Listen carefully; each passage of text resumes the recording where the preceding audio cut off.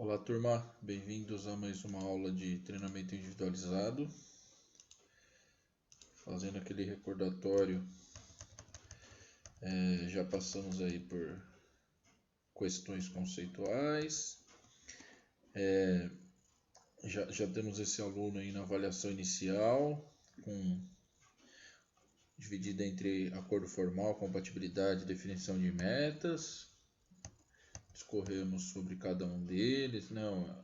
Os itens importantes aí no que diz respeito ao teu contrato, para vocês ficarem o mais seguro possível em relação ao serviço que vocês estão prestando e a devolutiva e positiva ou não que você vai ter do seu cliente em relação a questões jurídicas. Colocamos lá exemplos de contratos, né? Depois a gente discorreu aí na outra aula, foi a última aula, os fatores de risco usando esses dois instrumentos, né? Esses dois tipos de questionário. Tudo isso para tentar deixar o mais seguro possível o teu planejamento, o teu treinamento, atender da melhor forma possível o teu cliente e ter segurança também, como acabei de falar nessas questões jurídicas aí. Até porque a gente lembra lá no comecinho dessa disciplina sobre a regulamentação do personal trainer, suas responsabilidades, deveres, ao meu ver ainda não estão bem estabelecidos e isso cria abertura para problemas aí, possíveis problemas jurídicos, por exemplo. Por isso que é legal a gente ter um contrato bem fechadinho para ajudar aí na nossa profissão. Então, passando por aquela avaliação inicial, que a gente já conversou bastante, da questão da compatibilidade, de algumas definições de metas, né? Alguns ajustes até de metas que você pode fazer nessa entrevista inicial mesmo, se você percebe, eu dei alguns exemplos, né? Se você percebe que essa meta desse aluno está, geralmente, quando ela está alterada, ela está superestimada, uma meta muito acima aí do que a realidade nos permite, e vocês trabalhando no dia a dia vão criar um limiar aí, vão criar um tipo de uma referência, vocês já vão ter ideia mais ou menos do que ocorre depois de 2 meses, 3 meses. Alguns clientes vão surpreender vocês para mais ou para menos em relação ao resultado, mas vocês terão uma referência aí sim, do que mais ou menos vai acontecer em resultado. Vocês têm uma expectativa, uma ideia, uma hipótese do que vai acontecer em relação ao resultado. Então, se você vê que na entrevista inicial esse cliente está superestimando essa meta, né, isso vai te sobrecarregar. E se você concordar numa entrevista inicial com essa meta superestimada, você vai ter problema lá para frente, né? Aí beleza, você passou por todas aquelas fases e aí chegou o dia da avaliação física, né? E aqui eu estou usando a mesma base, o mesmo livro, que inclusive é muito completo, é muito bacana esse livro. Uma pena que eu não conheço a versão em português dele, porque tem alguns termos específicos que a gente tem que caçar um pouco mais, que não é qualquer tradução que explica direito o que o autor está querendo passar, né? Mas é um livro muito bom, muito bacana, bem completinho. Então você passou por aquela avaliação inicial, e aí a gente pensa na avaliação física, né? E aí pensando na avaliação física, turma, é um mundo imenso, né? É um mundo imenso. A gente não vai aqui falar de todos os instrumentos existentes no mercado para cada eixo da avaliação física. Isso pode dar até uma dissertação de mestrado ou um trabalho de conclusão de curso, né? Verificação de instrumentos de avaliação física. É enorme. Mas como eu falei, né? Tendo uma boa base, e esse livro que a gente está usando para a nossa disciplina é uma ótima base, a gente tem um padrão interessante aí para falar de alguns testes, né? Tem tantos outros, mas a gente tem um padrão aí bacana, né? E a gente pensa na avaliação física, turma, por vários aspectos, né?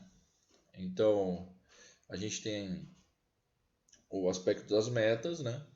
Que o teu cliente traçou, e aí você vai ver qual que é a realidade dele. Então, ele traçou lá a meta de, sei lá, ter na composição corporal dele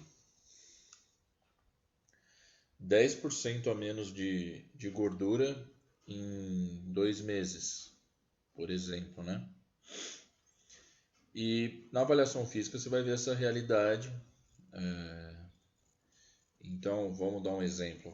O sujeito tem 20% de percentual de gordura por meio do teste de dobra cutânea. Um sujeito que tem de 20, em torno de 20%, ele pode ter uma diminuição, né, com dieta, logicamente, e exercício, e pensando em outros aspectos também que eu já falei a priori e vocês já sabem. Ele pode aí diminuir o percentual de gordura dele, mas talvez em 2 meses 10% é uma coisa assim que, se acontecer, vai ser muito fora da curva, né? Vai ser uma coisa que...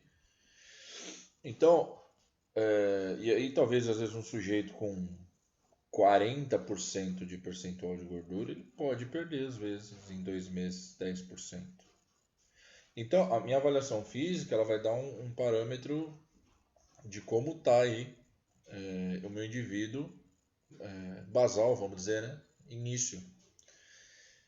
E me dá, por que não, diretrizes para eu encaminhar esse meu planejamento, esse meu protocolo.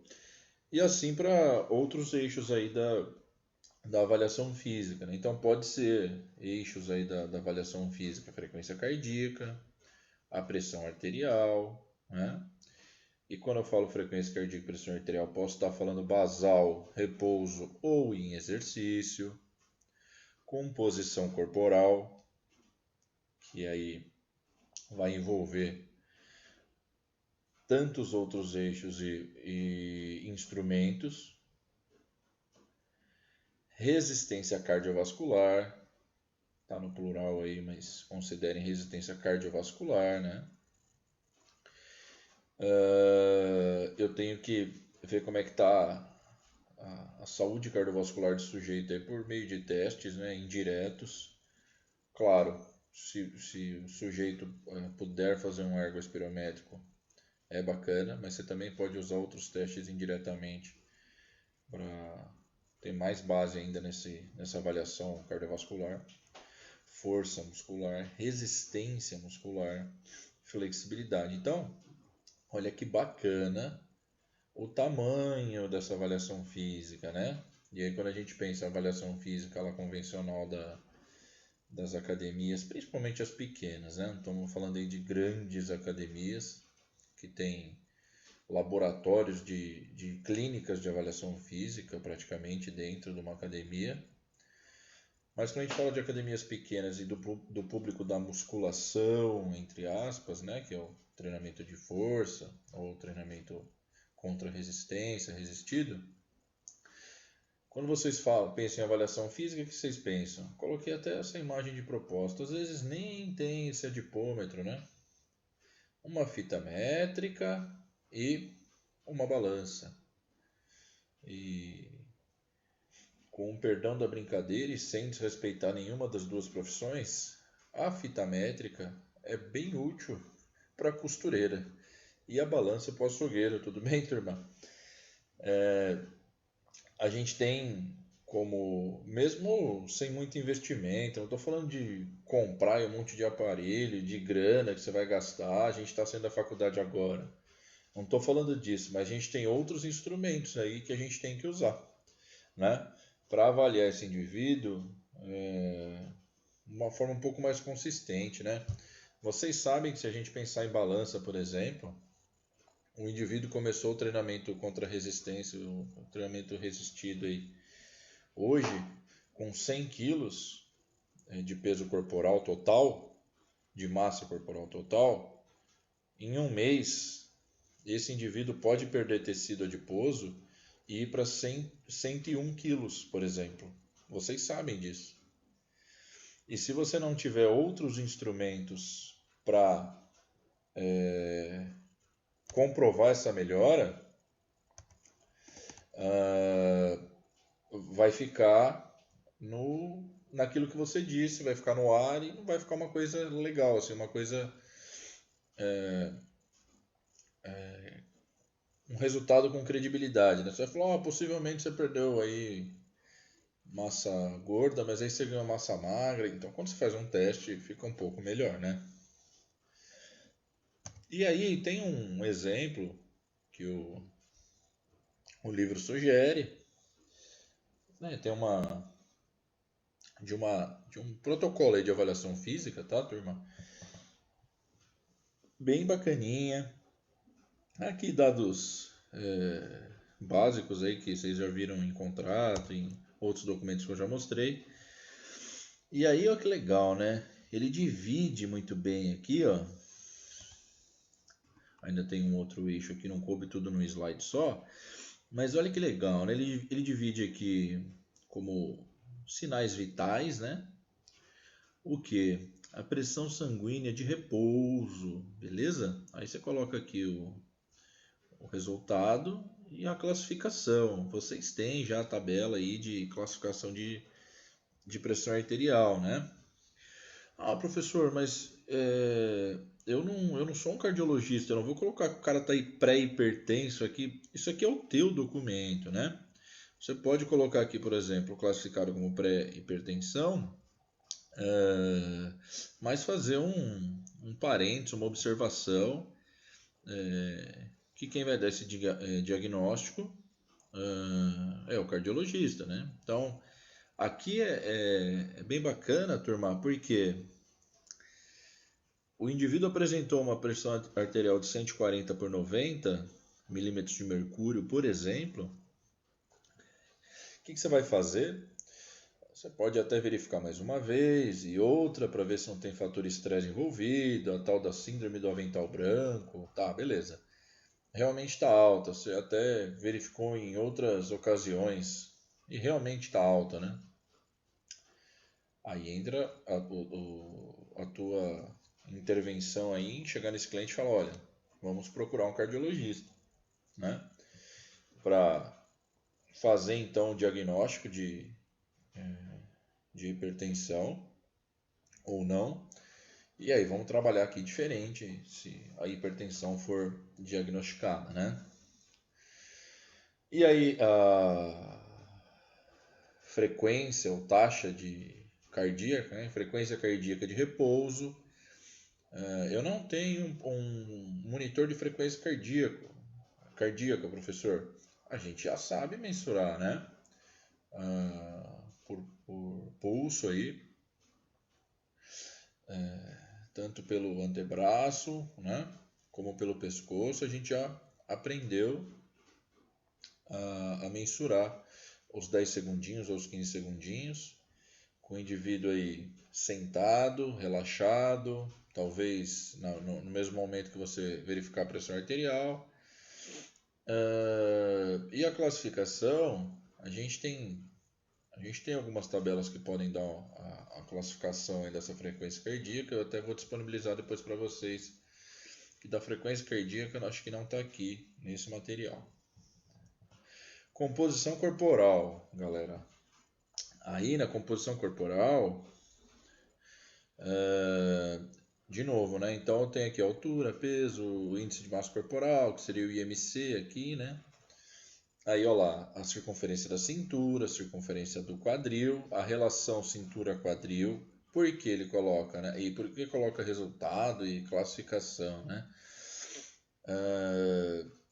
Tem a curva de altura se você estiver trabalhando com adolescente, criança. Ó que legal, ó. Você coloca aqui o resultado e a classificação. Então você tem curva de crescimento normal, vamos dizer assim, para criança, adolescente, até próxima aí a 20 anos. E você tem você pode colocar aqui como classificação em relação à altura, que está fora daquele nível, né?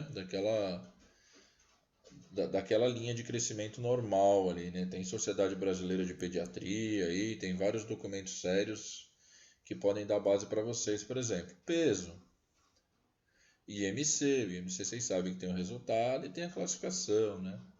Circunferência de cintura, turma, acima de 88 centímetros para mulher e acima de 102 centímetros para homem, é um de alguns sintomas de síndrome metabólica.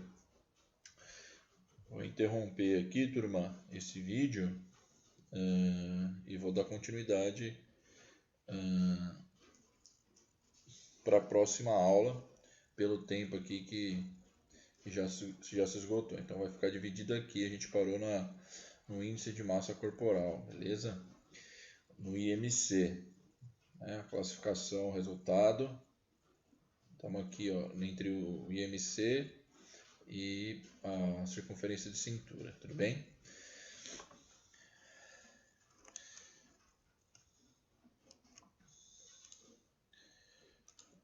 Obrigado por acompanhar até aqui e já segue na próxima aula o restante desse conteúdo.